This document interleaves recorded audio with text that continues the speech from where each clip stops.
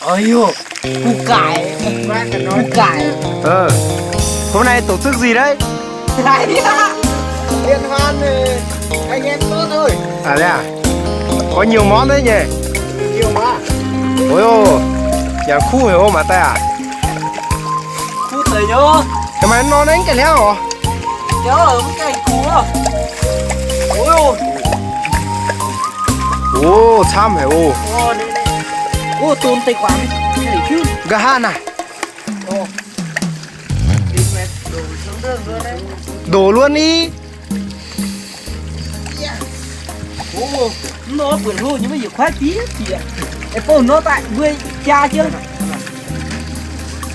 Tôn phòng nó không tôi ngại. Cái này à? Không chắc từ bơ. Đủ tốt. Học xong rồi, rửa được. Xong rồi. Ồ, mà tại khu hiểu không? Có chủ nhà ăn thương lắm. Ôi dồi. Sao ơi? Quê cũng mình kịch quay sao ấy.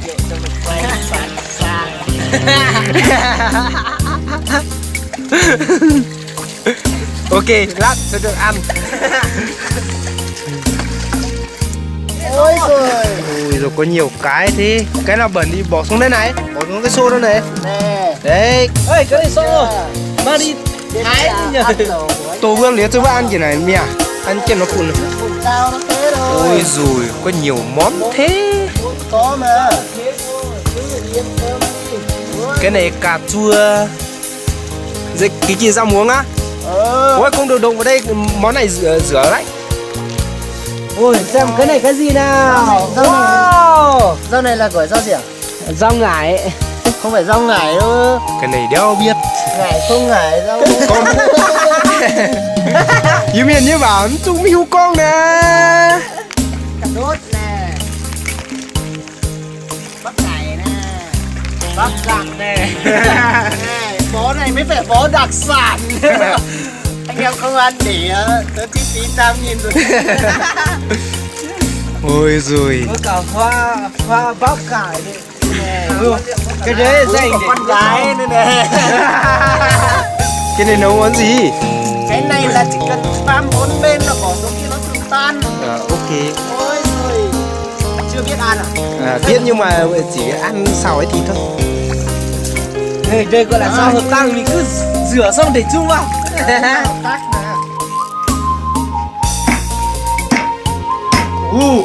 Cứng như là. Ôi rồi. Ôi, con dao này không ăn thua đâu. Con dao này. Không được đã thế rồi xanh nhé. Thế thì đấy. Được, thay quả bên trong.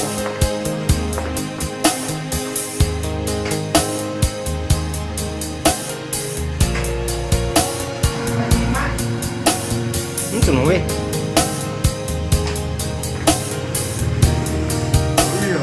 Ôi khu hiểu. Tao nhàn thế à? Mà tím trên tao tài thêm. Ý chẳng như buôn kiểu con trâu ạ.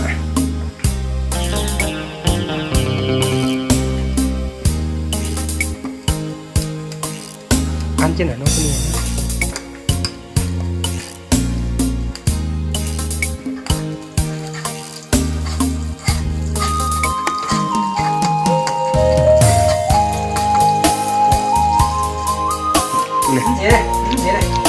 Cú nhỏ.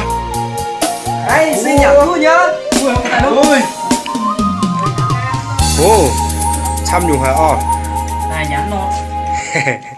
Con quay thấy. Ấy, mình cho lũ ở đây. Con ơi. Yên luôn đâu. Ồ, nhà đó. Sẽ cá cung khu. Rồi nhà lúc. Này mày chăm gì mà nhà luôn.